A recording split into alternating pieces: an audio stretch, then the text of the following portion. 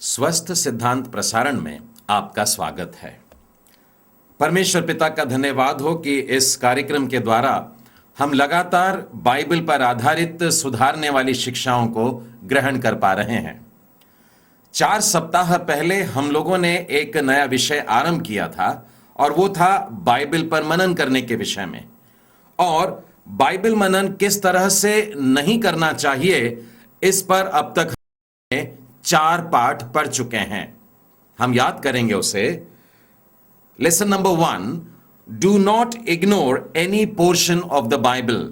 Bible मनन करते समय बाइबल के किसी भी अंश की उपेक्षा न करें। बाइबल में कुछ भी अनावश्यक नहीं है। किसी भी बात के लिए आप ऐसा नहीं कह सकते हैं कि यह जरूरी नहीं है, इसे छोड़ दिया जा सकता है। आपको पूरी बाइबल को लेना है। यह पूरी बाइबल एक खजाना है, इसमें से ढूंढ ढूंढ कर निकालना है। Lesson number 2, do not rush through your meditations. जब आप बाइबल मनन करते हैं तो आप जल्दबाजी ना करें। परमेश्वर के वचन के साथ हमें बैठना है। भजन संहिता 1 में जिस धन्य व्यक्ति का नाम लिया जा रहा है, उसके लिए लिखा है वो रात दिन परमेश्वर की व्यवस्था में लिप्त है, उसकी व्यवस्था से वो प्रसन्न रहता है। हमें भी लगातार परमेश्वर के वचन में अपना समय निकाल करके उसे पढ़ना है, उस पर मनन करना है, समझना है, परमेश्वर से मांगना है, और इसमें अवश्य समय लगता है। Lesson number 3, do not be lazy और casual while studying the Bible. जब आप बाइबल मनन करते हैं तो आलस्य बिल्कुल भी ना करें। परमेश्वर के वचनों को समझते समय हमने बीरिया में रहने वाले विश्वासियों को देखा और यह पाया कि थिस्सलुनीके में रहने वाले यहूदियों से कहीं उत्तम निकले। ये वचन को सुनते थे और फिर जांचते थे कि यह बिल्कुल ऐसे ही है या नहीं है। इसी दौरान हमने देखा कि बाइबल अध्ययन करने के कुछ साधन भी हैं और उनका उपयोग करना भी हम लोगों ने सीखा था। पिछले सप्ताह हम लोगों ने चौथा पाठ सीखा। Lesson number 4, do not rely solely on your intellect. मात्र अपनी ही बुद्धि पर भरोसा न रखें जब बाइबल के अर्थ को बताने की बात आती है। बहुत से लोग इस प्रकार की गलती कर बैठते हैं। प्रभु यीशु ख्रीस्त के समय भी कुछ लोगों ने अपने आप को बड़ा बुद्धिमान समझा और मानो अपने आप को ऐसा कहा कि हम तो सब कुछ देखते हैं।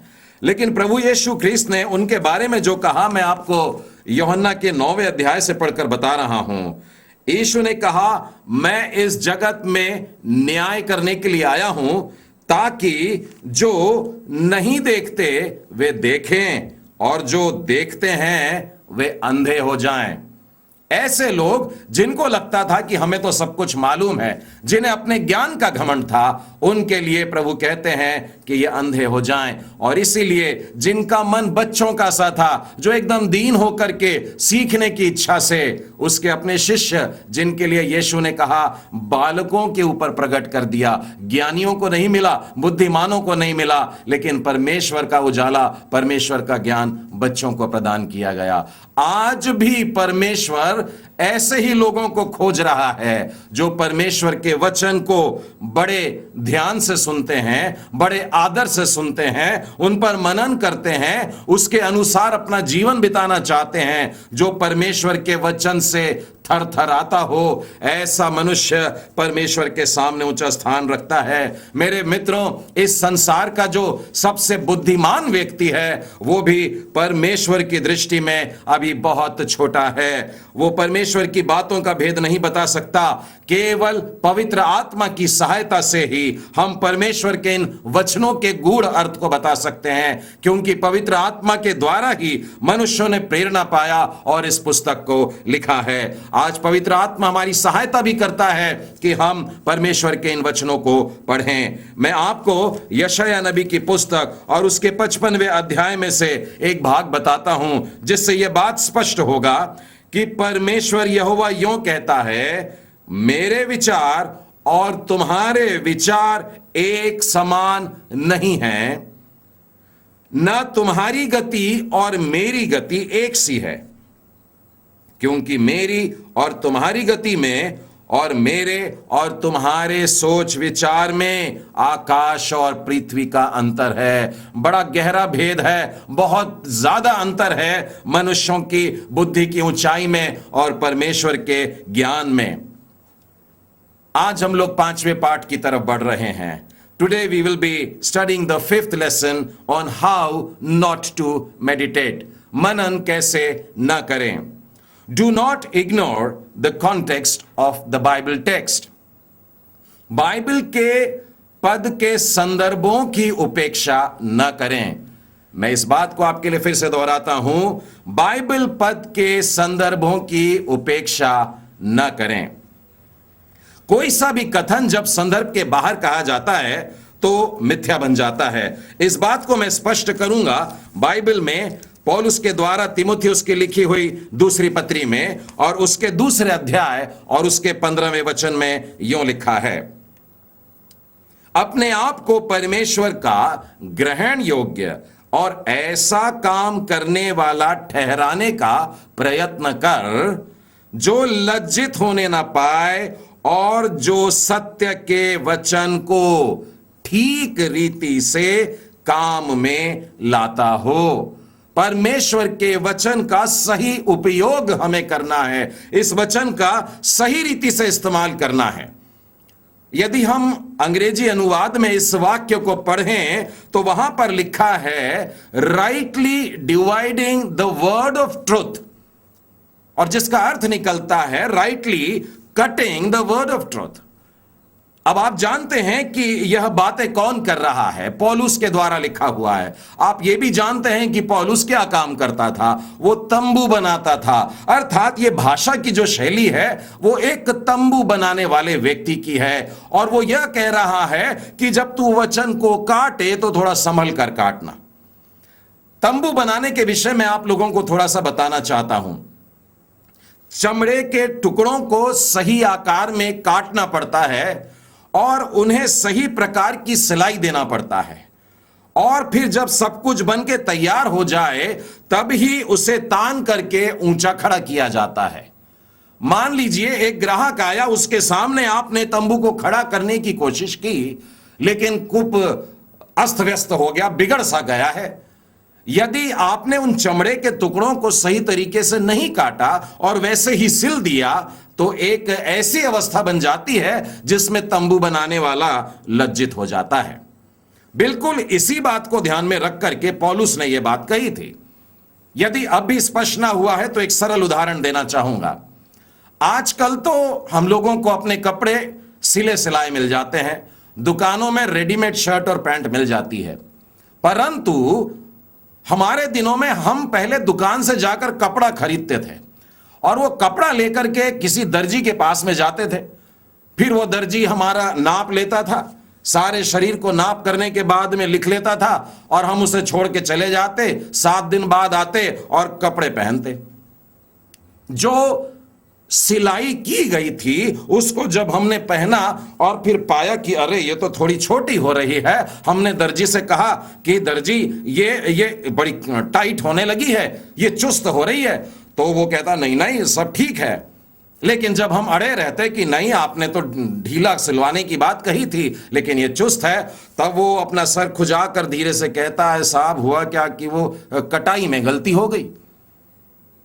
बिल्कुल इसी बात को ध्यान में रख करके आज यह वचन कहा जा रहा है, तंबू बनाने वाला तंबू खड़ा करते समय लज्जित ना पाया जाए। एक दर्जी उसके सिलाए गए कपड़ों को पहनाने के बाद में लज्जित ना पाया जाए। परमेश्वर का वचन सुनाने वाला सुनाने के बाद लज्जित ना होना पड़े उसे, और इसीलिए कहता है बड़े ध्यान से काम करना, लज्जित ना होना पड़े। परमेश्वर के वचन को ठीक रीति से काम में लाना है।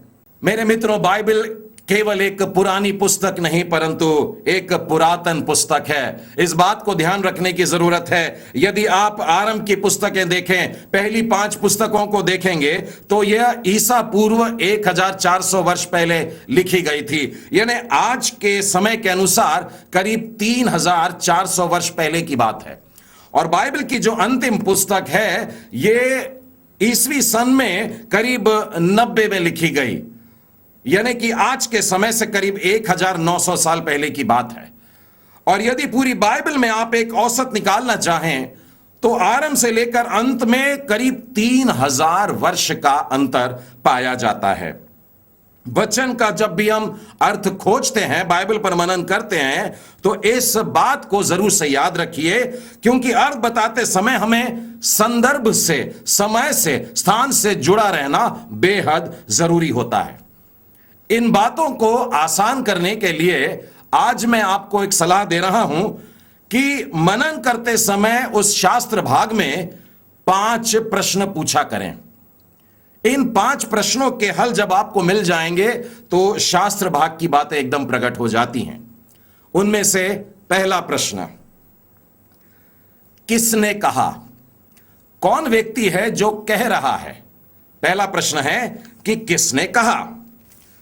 आप निकोदेमस को जानते हैं। मैं आपको यूहन्ना रचित सुसमाचार के 3 अध्याय में लेकर के चलता हूं। रात के समय प्रभु यीशु क्रिस्त से बात करने के लिए आया था और वो बड़े चापलूसी किस्म के शब्दों से आरंभ कर रहा है। वो कहता है, हे रब्बी, हम जानते हैं कि तू परमेश्वर की ओर से गुरु होकर के आया है। क्यों? क्योंकि कोई इन चिन्हों को जो तू दिखाता है, यदि परमेश्वर उसके साथ नहीं हो तो वो नहीं दिखा सकता। निकोदेमस के इस कथन में केवल आंशिक सच्चाई है, यह पूरा के पूरा सच नहीं है। आप जानते हैं मिस्र देश में भी कुछ जादूगर थे जो आश्चर्य कर्म को कर लिया करते थे, और यदि कोई मनुष्य आश्चर्य कर्म करता है तो यह उस बात का सबूत नहीं है कि जीवता परमेश्वर उसके साथ में है। मत्ती रचित सुसमाचार के 24वें अध्याय और उसके 24वें वचन में प्रभु यीशु कह रहे हैं, क्योंकि झूठे मसीह और झूठे भविष्यद्वक्ता उठ खड़े होंगे और बड़े बड़े चिन्ह और अद्भुत काम दिखाएंगे, और यदि हो सके तो चुने हुओं को भी भरमा देंगे। अर्थात आश्चर्य कर्म कर लेना यह कोई ऐसी बात नहीं होती है कि परमेश्वर आपके साथ में है। निकोदेमस स्वयं एक धार्मिक अगुवा था और काफी कुछ जानता था, लेकिन बहुत सी आत्मिक सच्चाइयों से वाकिफ नहीं था। बाइबल हमें आगे बताती है 10वें वचन में, यह सुनकर यीशु ने उससे कहा, तू इजराइलियों का गुरु होकर भी क्या इन बातों को नहीं जानता? इसलिए मेरे मित्रों, बेहद जरूरी है कि हम समझे पहले इस बात को कि जो कथन है, जो कहा जा रहा है, यह कौन व्यक्ति बोल रहा है। प्रश्न नंबर 2, यह किसे कहा गया है या किसके बारे में कहा गया है? यह प्रतिज्ञाओं से जुड़ी हुई बातें हैं।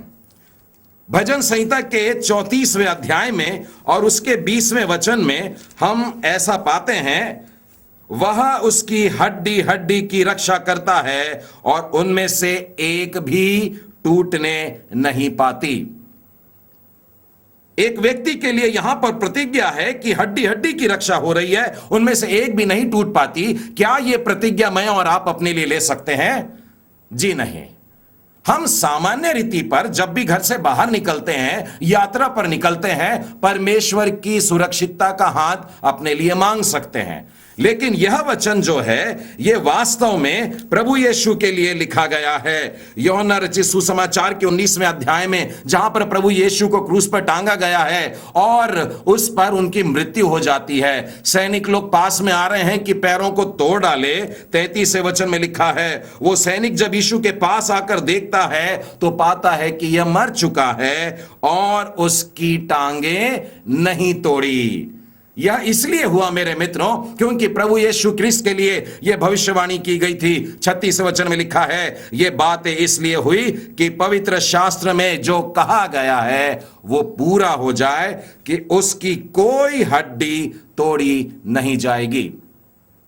लेकिन इस समय क्रूस पर जब प्रभु यीशु थे, उनके बगल में एक चोर था जिसको प्रभु यीशु ने कहा था, मैं तुझसे सच कहता हूं, आज ही तू मेरे साथ स्वर्ग लोक में होगा। मेरे मित्रों, उसका क्या हाल हुआ? बाइबल बताती है उसकी टांगे तोड़ दी गई, उसकी हड्डी तोड़ दी गई, चकनाचूर कर दी गई, जिसके बाद में उसकी मृत्यु हो जाती है।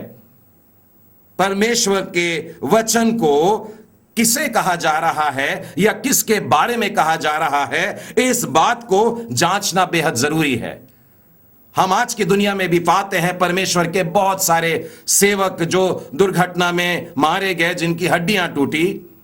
मैं अपने जीवन के लिए सोचता था कि मेरा कभी एक्सीडेंट नहीं हुआ, लेकिन 1996 में जब क्रिश्चियन मेडिकल कॉलेज वेलोर में मुझे भर्ती कराया गया और शल्य क्रिया की गई कि ओपन हार्ट सर्जरी हो, तब मेरे शरीर की भी पसलियों को काटा गया। मेरे मित्रों, ध्यान रहे कि बाइबल के वचन किसे कहे गए हैं और किसके बारे में कहे गए हैं। तीसरा प्रश्न, यह कब कहा गया है? जो बातें लिखी हैं वो कब कही गई हैं, ऐसा हमें पूछना है। इसके लिए मैं आपको एक बेहद रोचक उदाहरण देता हूं। मेरे साथ में खोलिएगा मत्ती रचित सुसमाचार और उसका 10वां अध्याय और उसके 9वें और 10वें वचन को पढ़ेंगे। यीशु ने अपने शिष्यों से कहा, अपने पटुकों में ना तो सोना और ना रूपा और ना तांबा रखना। अपने बटुए लेने के लिए कोई जरूरत नहीं है, पैसा रखने की जरूरत नहीं है। मार्ग के लिए ना झोली रखो, ना 2 कुर्ते रखो, ना जूते रखो, ना लाठी लो, क्योंकि मजदूर को उसका भोजन मिलना चाहिए। प्रभु यीशु ने अपने शिष्यों से आज इस प्रकार की बात कही कि जब तुम काम पर निकले हो, अपने साथ कुछ भी रखने की जरूरत नहीं है। परंतु मेरे मित्रों, मैं आपको बताना चाहूंगा, आज प्रभु यीशु उनको अन्य जातियों के बीच में नहीं भेज रहे हैं, परंतु इज़राइल के घराने की तरफ भेज रहे हैं। 2-4 वचन ऊपर देखते हैं। इन 12 को यीशु ने यह आज्ञा दे करके यह कहा, अन्य जातियों की ओर न जाना, परंतु इज़राइल के घराने ही के खोई हुई भेड़ों के पास में जाना। प्रभु यीशु उनको अपनी प्रजा के पास भेज रहे हैं, इज़राइल के लोगों के पास में भेज रहे हैं, जिनके पास में परमेश्वर की व्यवस्था थी कि जब प्रभु का दास तुम्हारी बस्ती में आता है, तुम्हारे गांव में आता है, तुम्हारे घर में आता है, तो तेरे पास जो कुछ भी है, तेरी उपज जो है, उसमें से तू उसकी सहायता करना और उसको तू रोटी खिलाना। इसीलिए यीशु ने अपने शिष्यों से कहा, तुम्हें अपने साथ में न तो पैसा रखने की जरूरत है और न कोई ऐसी चीज। लेकिन यही प्रभु यीशु इन्हीं शिष्यों को जब लूका रचित सुसमाचार के 22वें अध्याय में फिर से एक बार भेज रहा है और अब वो कह रहा है, परंतु अब, शब्दों को देखिए किस तरीके से पलटा है, परंतु अब जिसके पास बटुआ हो वह उसे ले ले, जिसके पास में साथ में एक झोली भी ले ले। I repeat this verse. यीशु ने अपने शिष्यों से कहा, परंतु अब जिसके पास बटुआ हो वह उसे ले ले और वैसे ही झोली भी ले ले। और अब अपने शिष्यों को वो सारी दुनिया में भेजने वाले हैं, अन्य जातियों के बीच में भी ये लोग जाने वाले हैं। अब पूरी तैयारी के साथ में अपना ख्याल खुद रखने के लिए जाने वाले हैं। इसलिए बहुत जरूरी है मेरे मित्रों कि यह बात कब कही गई है। एक ही प्रकार के वाक्यों के 2 अर्थ या 2 अलग अलग परिस्थितियों में कहे गए अलग अलग वाक्य, लेकिन परमेश्वर इन बातों को बड़े स्पष्ट रीति से हमारे लिए यहां रखता है। चौथा प्रश्न जो हम पूछ सकते हैं बाइबल में वो ये है कि यह कहां कहा गया है। यह प्रश्न जो है ये संस्कृति से जुड़ा हुआ प्रश्न है। यह बात जो कही गई है ये कहां कही गई है। यदि आप पत्रियों में पढ़ते हैं और पत्रियों के जो समाप्ति का अध्याय है, आप पत्रियों में पाएंगे कि अंतिम कुछ वचनों में जहां इस प्रकार से लिखा गया है, एक दूसरे को विदा करते हुए, नमस्कार कहते हुए, वचन है, पवित्र चुंबन से एक दूसरे को नमस्कार करो। उन देशों में, यहां तक कि पश्चिमी देशों में और यूरोपीय देशों में भी एक दूसरे का आलिंगन करते हैं, चूमते हैं, इस प्रकार से एक दूसरे का स्वागत या फिर विदा करते हैं। लेकिन यह बात भारत देश में नहीं चलती है। यहां की संस्कृति इस बात की अनुमति नहीं देती है कि एक दूसरे को चूम करके हम विदा करें। मैंने तो यह भी पाया है कि कहीं कहीं हाथों को मिलाना भी नहीं होता है। राजस्थान के गांव में अगर बाहर से कोई प्रचारक जाते हैं तो वहां की बहनें अपना घूंघट नीचे डाल करके तब तक रहती है जब तक कि ये पराये लोग गांव छोड़ करके नहीं चले जाते हैं। अर्थात संस्कृति से जुड़ी हुई बातें होती हैं जिनको समझना बेहद आवश्यक है। अन्यथा बाइबल की बातों को ऐसे ही ले करके उनका उपयोग हम नहीं कर सकते हैं। बाइबल को अगर सही तरीके से पूरी रीति से समझना है तो बहुत जरूरी है कि वहां की सांस्कृतिक पृष्ठभूमि हमें अच्छी रीति से मालूम होना चाहिए। वहां की धार्मिक पृष्ठभूमि क्या थी, वहां की सामाजिक, वहां की राजनीतिक पृष्ठभूमि क्या है, वहां की न्यायिक पृष्ठभूमि क्या है। ये सब बातें अगर हमको स्पष्ट नहीं मालूम है तो संभव है हम बाइबल के गलत अर्थ निकालने लग जाएंगे। पांचवा प्रश्न, ऐसा क्यों कहा गया है? यह उस बात के उद्देश्य को प्रकट करता है। मैं आपको एक उदाहरण देकर के समझाना चाहूंगा। साथ में निकालिएगा फिलिपियों की पत्री और उसका 3 अध्याय और उसका 20वां वचन। यहां पर यूं लिखा है, परंतु हमारा स्वदेश स्वर्ग में है। हम लोग वहां के हैं, वो हमारा देश है। स्वर्ग हमारा स्वदेश है, यह कहकर के हम सब भारतीय लोग ये तो नहीं कहेंगे कि भैया हम तो वहीं के हैं इसलिए यहां के कोई नियमों का पालन नहीं करेंगे। अब इस बात का उद्देश्य क्या था? इस बात को जानने के लिए देखिए कि पौलुस ने फिलिपी की कलीसिया को ऐसा क्यों लिखा। इटली के देश में रोमी शासन चल रहा था, रोमियों की एक बस्ती थी और फिलिप्पी में रहने वाले लोगों को रोमी अधिकार दिए गए थे, लेकिन रोमी नागरिकता नहीं दी गई थी। इस बात को हम लोग ऐसे समझ सकते हैं कि हमारे भारत देश में कई एक श्रीलंका से आए हुए शरणार्थी हैं, बांग्लादेश के शरणार्थी हैं, और इनको भारत देश में रहने के कुछ अधिकार जरूर दिए गए हैं। ये हमारे बसों में, रेलगाड़ियों में यात्रा कर सकते हैं, ये यहां आकर के कामकाज कर लेते हैं, अलग अलग प्रकार के व्यवसाय में लग जाते हैं, लेकिन बहुत सी बातें हैं जहां का अधिकार इनको नहीं है। ये लोग भारत देश के मतदान में भाग नहीं ले सकते हैं, अपना मत नहीं डाल सकते हैं। बिल्कुल इसी रीति से फिलिप्पी में रहने वाले विश्वासियों का हाल था और उनको वो नागरिकता नहीं मिली थी, जिसके कारण ये लोग बड़े उदास रहते थे। लेकिन पौलुस उनको हिम्मत दिला रहा है और उनको प्रोत्साहन दे रहा है। कहता है चिंता मत करना, क्योंकि हमारा स्वदेश स्वर्ग में है और हम एक उद्धारकर्ता प्रभु यीशु मसीह के वहां से आने की बाट जोहते हैं। मेरे मित्रों, अभी जो बात मैं कहने जा रहा हूं यह बेहद गंभीर बात है, इसे ध्यान से सुनिएगा। मसीही समाज में एक छोटा सा गुट है जिसे जेहोवा विटनेस के नाम से जाना जाता है, और इनका एक और गुट है जिसने कुछ वर्ष पहले भारत के तिरंगे का आदर करने से इनकार कर दिया। राष्ट्रीय ध्वज का आदर न करते हुए उनका कहना यह था कि हम इस देश के नहीं हैं और इसलिए इस झंडे का आदर नहीं करेंगे, हमारा स्वदेश स्वर्ग का है। मेरे मित्रों, भारत देश में बड़ी खलबली मच गई थी इसके बाद में, और बहुत से धार्मिक अगुओं ने मिलकर के भारत के राष्ट्रपति के पास जाकर के प्रतिवेदन दिया, ये बताया, ये समझाया कि उस समूह का मसीह लोगों से, क्रिश्चियन लोगों से कोई साझा नहीं है और वे एकदम अलग लोग हैं, जबकि हम जो हैं हम भारतीय हैं और हमें इस बात पे नाज है और हम देशभक्त हैं।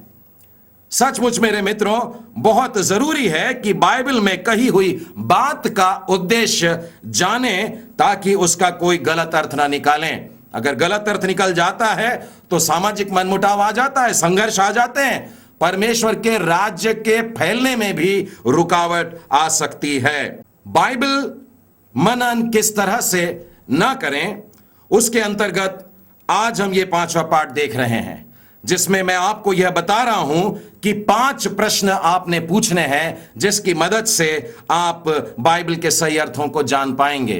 पहला प्रश्न, कौन कह रहा है? दूसरा प्रश्न, किसे कह रहा है या किसके बारे में कह रहा है? तीसरा प्रश्न, यह बात कब हुई थी? चौथा प्रश्न, यह घटना कहां पर घटी? और 5वीं बात, यह बात क्यों कही गई थी? जो पहला और दूसरा प्रश्न है कि किसने कहा और किससे कहा या किसके बारे में कहा, यह व्यक्ति से जुड़ा हुआ प्रश्न है। आपको व्यक्ति को खोजना है। और जब आप पूछते हैं कि यह कब कहा गया था, तो आपको काल पर, उस समय पर ध्यान देने का है। तीसरा प्रश्न कब कहा गया। चौथा प्रश्न है कहां कहा गया, अर्थात आपको उस स्थान की तरफ ध्यान देना है, वहां की संस्कृति पर ध्यान देना है। और पांचवा प्रश्न, यह क्यों कहा गया, इसका आपको उत्तर उसके उद्देश्य में ढूंढना है। अब आपके मन में यह प्रश्न आ रहा होगा कि इन 5 प्रश्नों के उत्तर हमें मिलेंगे कहां से। इन 5 प्रश्नों के उत्तर पाने के लिए जिस वचन का आप मनन कर रहे हैं, उसके ऊपर के कुछ वचन और नीचे के कुछ वचन को पढ़ लीजिएगा। अगर आपको उसमें उत्तर नहीं मिलता है तो पूरे अध्याय को पढ़ लीजिए। अगर मान लीजिए अध्याय पढ़ने के बाद भी उत्तर नहीं मिल रहा है, तो आपको वह पुस्तिका को पूरी पढ़ लेना चाहिए। मैंने पिछले संदेश के समय में आपको यह बताया था कि कुछ स्टडी बाइबल्स मिलती हैं और हर पुस्तक के आरंभ होने के पहले कुछ भूमिका के शब्द दिए जाते हैं कि यह पुस्तक का लेखक कौन है और किन परिस्थितियों में उसने लिखा है, किस उद्देश्य से लिखा है, वहां की सांस्कृतिक पृष्ठभूमि क्या थी, वहां का वातावरण क्या था, वहां की परिस्थिति क्या थी। यह सारी बातें भूमिका में स्टडी बाइबल्स में दी जाती है।